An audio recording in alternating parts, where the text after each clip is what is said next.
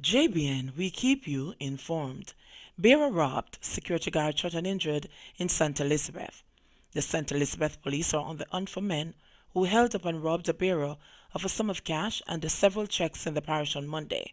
A security guard who was accompanying the bearer was shot and wounded in the incident. A total of $100,000 in cash and checks amounting to $3 million were stolen. Initial reports are that about 11 a.m., the security guard was walking along School Road in Black River with the bearer of a supermarket en route to a bank to make lodgements when they were pounced upon by men traveling in a Toyota Axia motor car. It is further reported that one man, armed with a firearm, jumped out from the vehicle and demanded the bags that contained the money.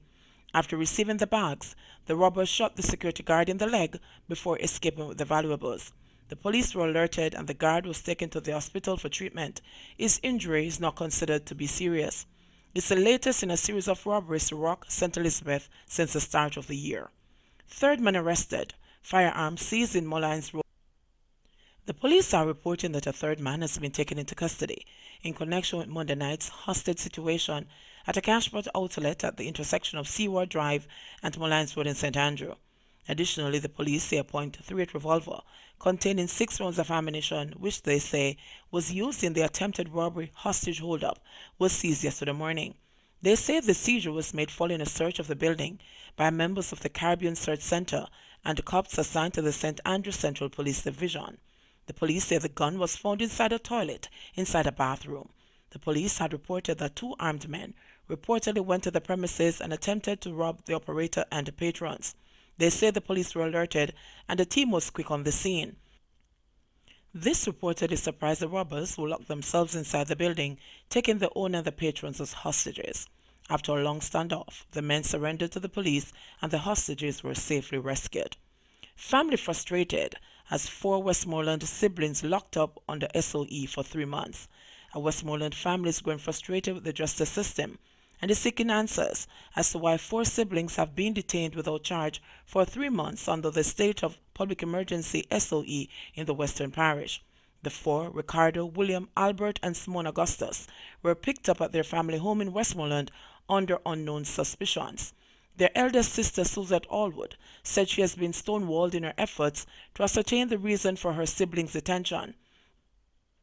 Then don't give one statement about them, you know. All them says under a state of emergency why them lock them up. No other information they argue with, Allwood said. She said her brothers are being detained at the Frome Police Station in Westmoreland, while her sisters at the Falmouth Police Station in Trelawney. According to Allwood, in early June, her siblings were drinking in their yard when Jamaica Defense Force soldiers came and arrested her brothers, left, and later came back for her sister. According to her, the family is being left extremely confused as the police have not charged her brothers and the sister, only advising that the family retain a lawyer. She said their detention has been a financial strain on the family as they have to be constantly bringing medication to one of her brothers who is still suffering from the effects of a gunshot wound. Allwood is of the belief that her injured brother is not being given adequate medical care. My brother get shot from before and all him tribe come out and them still have him in the lockup. Every minute we have to buy medication go down there and we don't really have the money. Them say them don't have a charge for him, so why them have him up there so long? She questioned. A spokesperson for the Corporate Communications Unit, CCU, of the Jamaica Constabulary Force, explained that if a detainee makes known his or her medical condition, treatment will be given based on the extent of the injury. In the meantime, an official at the Westmoreland SOE Detention Center said that a person may be detained for an extended period.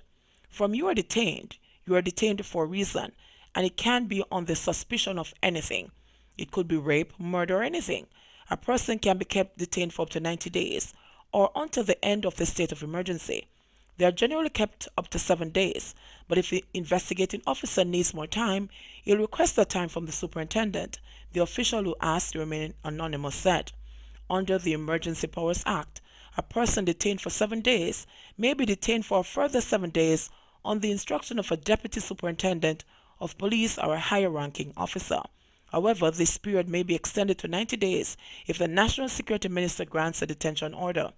There is no judge or lawyer that can come in and say that they are signing an application for his release. If a person thinks they are not supposed to be locked up, we have a thing called the objection form. They can fill that out with their lawyer, and that form will be sent to the tribunal, he said. However, the appeals tribunal can only hear matters for which there is a detention order. Or to file an objection. Objection should be in writing, provided and signed by the objector or by an attorney at law representing the objector. All objections must contain the full name of the objector, his or her address, date and place of detention, contact information for the objector's attorney if one has been retained. The Notice of Objection form can be downloaded from the Ministry of National Security's website at www.mns.gov.jm. Objections are to be submitted to the chairman of the tribunal via email at westerntrib2019@gmail.com. Hearings of the tribunal will be held at the Wexford Hotel in Montague Bay, St. James. Brave residents helped save Gayle Market from being destroyed in fire. Residents of Gale in St. Mary are being lauded for their quick action in preventing a fire at the Gayle Market from spreading and totally destroying the historic facility on Tuesday morning. Members of the Jamaica Fire Brigade in the parish were alerted about the blaze about 6:55 a.m. and the fire units from the Ocho and the Port Maria fire stations responded. But according to Member of Parliament for Western St. Mary, Robert Montague, the residents of the area played a major role in saving sections of the market. The brave citizens of Gale came out to help save the front and the main section of the market, Montague wrote on Facebook. The shops at the back and the side got major damages, but most items were saved by shop owners, the parliamentarian said. Residents were also able to save goods that were stored inside the market by some vendors. While noting that investigators were present at the scene and were trying to determine the cause of the fire, Montague expressed his gratitude to the residents. A big thank you to the citizens of Gale. Your civic-mindedness is greatly appreciated, Montague said. An estimated cost of the damage has not yet been revealed. Officials at the St. Mary Municipal Corporation and the local government ministry have been notified of the fire. On August 5 last year, the Gale post office was totally destroyed by fire, which resulted in several residents being impacted. Investigators at the time believed that the fire was caused by arsonists. Public defender raises concern over detentions and collection of biometric data. An analysis of figures emerging out of St. James is indicating that fewer persons are being detained under the state of public emergency SOE declared on April 30. But this has not allayed concern by the public defender Arlene Harrison Henry, who is questioning the method being used by the security forces to detain persons and how their personal data are being handled. According to a Jamaica Constabulary Force JCF daily detention report, 864 persons were detained in St. James up to August 15. This compared to 513 detained in the parish in January alone last year under the previous SOE. The same report indicates that of the 864 people who were detained in the parish, 347 were brought in for having breached Section 30 of the Emergency Powers Regulations 2019. It states, an authorized person may arrest without warrant and detain pending inquiries any person whose behavior is of such a nature as to give reasonable grounds for suspecting that he has acted or is acting in a manner that is prejudicial to the public safety or is committing or is about to commit an offense against these regulations. Harrison Henry has taken issue with the overuse of the section to detain citizens. What triggers Regulation Section 30 is what causes the difficulty, in that it is a behavior that must be observed. So you see a young man, you must encounter him behaving in a certain manner so as to cause the police officer to believe that he's involved in activity that is detrimental to public safety or public order, she said. She added, it is targeted, it seems to us. It is targeted at specific communities.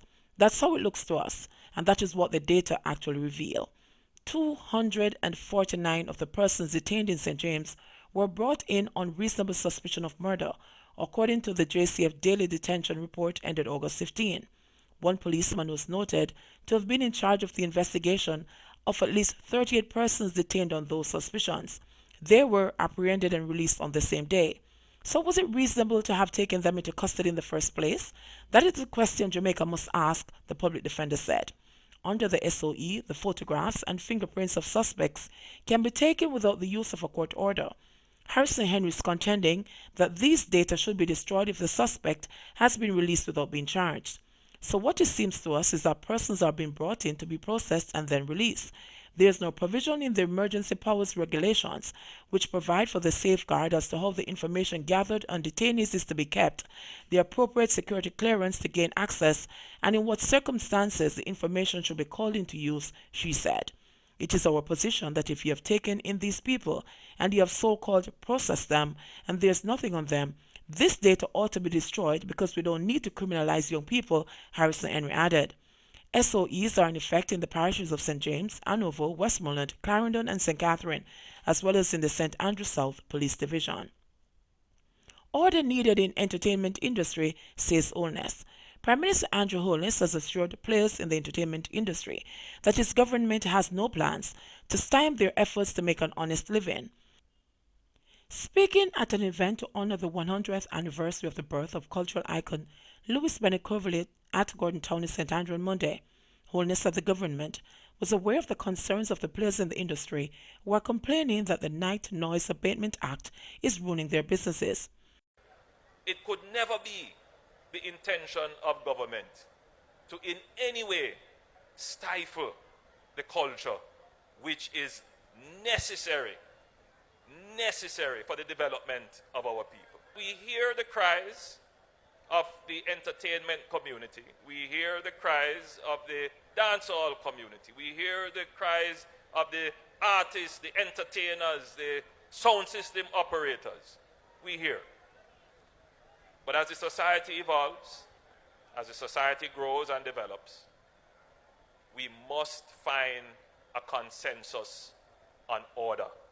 Order is the basis on which everyone can grow, and not just grow, but thrive. And I believe that there is a way to allow the sound system operator, the musician, the entertainer, to have their parties if they want to party up till 5 o'clock. By the way, 5 a.m.